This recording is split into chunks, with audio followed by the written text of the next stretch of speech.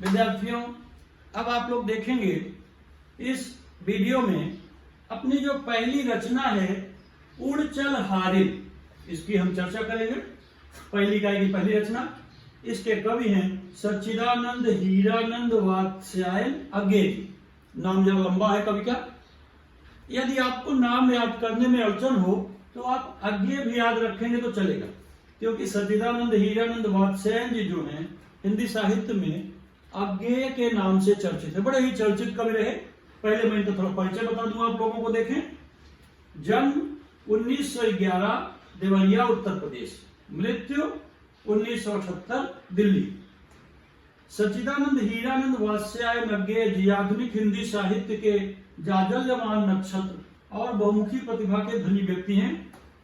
आपने कविता, कहानी, उपन्यास, आलोचना, निबंध, संस्मरण, नाटक सभी विधाओं में सफलतापूर्वक अपनी कलम चलाई। आपने अनेक जापानी हाइकू कविताओं को भी अनुदित किया है। हाइकू विधा की भी कविता अपने पाठ में है, आपको मिलेगी पढ़ने को। चौथा पाठ में मेरी स्मृति डॉक्टर रमाकांत श्रीवास्तव की रचना हाइकू विधा की है, उसको पढ़ाते समय बताऊंगा मैं हाइकू के बारे में। अनेक रचनाएं हैं अज्ञेय जी की, इसको आप अपनी पुस्तक से पढ़िए विद्यार्थियों। और कई पुरस्कार भी अज्ञेय जी को मिल चुका है। भारतीय ज्ञानपीठ पुरस्कार से भी सम्मानित है अज्ञेय जी। उनकी कई रचनाओं को राष्ट्रीय और राज्य स्तर के पुरस्कार से सम्मानित किया गया है। यह अपनी जो कविता है देखें, हारिल संबंधी प्रस्तुत कविता में अज्ञेय जी ने हारिल पक्षी के माध्यम से देश के नवयुगों को आगे बढ़ने की प्रेरणा दी। हारिलम पक्षी, यहाँ पक्षी एक प्रतीक है, प्रतीकात्मक कविता है। पक्षी के माध्यम से नवयुवकों को, विद्यार्थियों को आगे बढ़ने का एक संदेश दिया है कविता के द्वारा। कवि का कहना है कि जीवन पथ में अनेक कठिनाइयां आएंगी, किंतु उनसे घबराना नहीं। जीवन में उतार चढ़ाव, तरह तरह के आरोह अवरोह के क्रम आते रहते हैं। जीवन अनेक विसंगतियों से भरा हुआ है। ऐसे में जो कहते हैं ना, जो डर गया सो मर गया। शोले फिल्म का एक बड़ा प्रसिद्ध डायलॉग तो आप लोग सुने होंगे, जो डर गया सो मर गया। तो डरना नहीं है। जीवन में उतार चढ़ाव आते हैं, विसंगतियां आती हैं विद्यार्थियों, भय का वातावरण बनता है, किंतु जो उससे विचलित हो जाता है और अपने कर्तव्य पथ से हट जाता है वह लक्ष्य को प्राप्त नहीं कर सकता। तो कवि का कहना है कि जीवन पथ में आई हुई कठिनाइयों से घबराना नहीं है, बल्कि जीवन जगत के आह्वान को स्वीकार करके फिनिक्स पक्षी की भांति आसमान की ऊंचाइयों तक पहुंचना ही हमारा लक्ष्य होना चाहिए। फिनिक्स पक्षी, यही जो हारिल पक्षी है, हिंदी में हारिल कहते हैं, अंग्रेजी में इस हारिल पक्षी को फिनिक्स पक्षी कहते हैं। इसकी बड़ी रोचक कथा है विद्यार्थियों। अब देख रहे हो कि पाठ में अपने महाराष्ट्र राज्य के पशु पक्षियों की चर्चा की गई। पुस्तक के कवर पृष्ठ पर मैंने आप लोगों को सैकड़ों का चित्र दिखाया। भीमा शंकर क्षेत्र में सैकड़ों खूब अधिक पाए जाते हैं और जगहों पर मिलते हैं। यहाँ पर आप देखिए पक्षी डाली पर बैठा हुआ दिख रहा है, ये हारिल पक्षी है। इसी हारिल पक्षी को लक्ष्य करके कवि अज्ञेय जी ने कविता प्रस्तुत की, उड़ चल हारिल। हारिल अपने पैर में एक लकड़ी दबाए रहता है। कवि सूरदास जी ने भी इसका वर्णन किया है। उन्होंने कहा, हमारे हरि हारिल की लकड़ी। ये हारिल नामक पक्षी हमेशा अपने पंजे में एक लकड़ी पकड़ता है और जहां जाता है बैठता है उसी लकड़ी पर बैठता है, अर्थात अपना आसन लेकर चलता है जब उड़ता है। तो उड़ चल हारिल। हारिल यहाँ प्रतीक दिखाया गया नवयुवकों का। जिस तरह हारिल पक्षी विविध परिस्थितियों में हिम्मत ना हारते हुए आगे बढ़ता जाता है, इसी तरह कवि अज्ञेय जी हम सबको भी अपने लक्ष्य की प्राप्ति के लिए निरंतर आगे बढ़ने का संदेश देते हैं। तो ये जो हारिल पक्षी आप देख रहे हो, ये महाराष्ट्र राज्य का राज पक्षी है। इसके बारे में सब लोग जानकारी कर लीजिए, समझ लीजिए। हारिल पक्षी जो फिनिक्स पक्षी है, महाराष्ट्र राज्य का यह राज पक्षी है।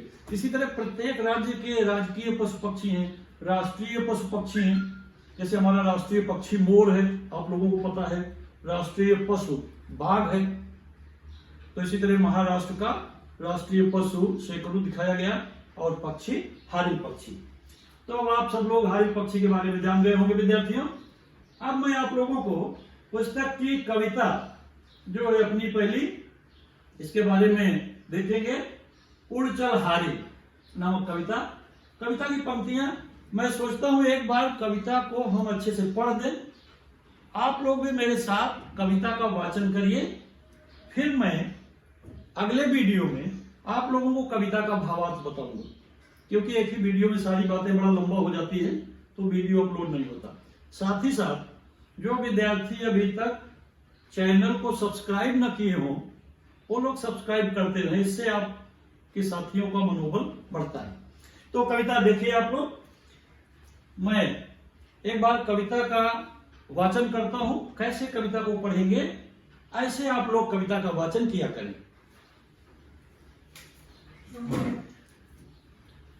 उड़ चल हारिल लिए हाथ में यही अकेला ओछा तिनका, चल उड़ चल हारिल, चल उड़ चल हारिल लिए हाथ में यही अकेला ओछा तिनका, उषा जाग उठी प्राची में कैसी बाट भरोसा किनका, चल उड़ चल हारिल। शक्ति रहे तेरे हाथों में छूट न जाए चाह सृजन की, शक्ति रहे तेरे हाथों में रुक न जाए यह गति जीवन की, ऊपर ऊपर ऊपर ऊपर बढ़ा चीर चल दिगुमंडल, अनथक पंखों की चोटों से नभ में एक मचा दे हलचल, चल उड़ चल हारिल। तिनका तेरे हाथों में है अमर एक रचना का साधन, तिनका तेरे पंजे में है विधना के प्राणों का स्पंदन, कांप न यद्यपि दसों दिशा में तुझे शून्य नभ घेर रहा है, रुक न यद्यपि उपहास जगत का तुझको पथ से हेर रहा है। तू मिट्टी था किंतु आज मिट्टी को तूने बांध लिया है, तू था सृष्टि किंतु सृष्टा का गुर तूने पहचान लिया है, चल उड़ चल हारिल। मिट्टी निश्चय है यथार्थ पर क्या जीवन केवल मिट्टी है, तू मिट्टी पर मिट्टी से उठने की इच्छा किसने दी है, आज उसी ऊर्ध्वंग ज्वाल का तू है दुर्निवार हरकारा, दृढ़ ध्वज दंड बना यह तिनका सूने पथ का एक सहारा, मिट्टी से जो छीन लिया है वह तज देना धर्म नहीं है, जीवन साधन की अवहेला कर्म वीर का कर्म नहीं है, तिनका पथ की धूल स्वयं तू है अनंत की पावन धूली, किंतु आज तूने नभ पथ में क्षण में बद्ध अमरता छूली, किंतु आज तूने नभ पथ में क्षण में बद्ध अमरता छूली,